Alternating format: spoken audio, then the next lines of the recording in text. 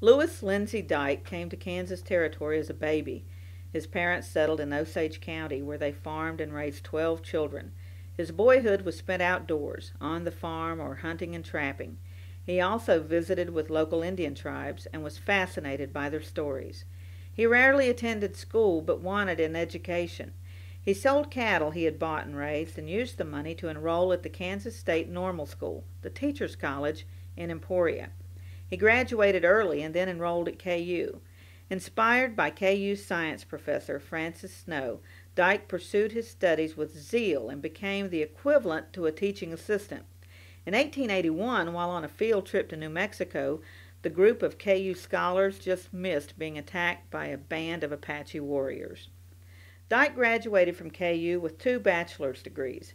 He married and continued teaching at the university. He spent a summer in Washington, D.C., training under the National Museum's chief taxidermist and became skillful at the craft.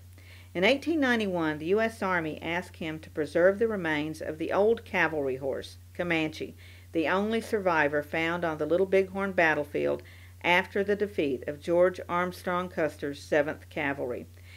He also helped assemble specimens for the Kansas exhibit at the 1893 World's Columbian Exposition in Chicago. Dyke continued teaching at KU and devoting his summers to collecting animal specimens, and he lobbied the legislature to build a museum to house them. In 1901, they voted on the funds. Dyke spent years helping to design the structure and providing it with exhibits. Later on, Dyke also became the state's fish and game warden. Under his leadership, the state fish hatchery at Pratt was enlarged into one of the biggest and most modern in the country. He wrote legislation that protected endangered species and set hunting seasons for most mammals and game birds. He also spoke on the need for soil and water conservation.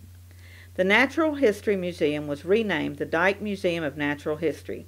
Dyke Hall was placed on the National Register of Historic Places in 1973 and celebrated its centennial in 2003.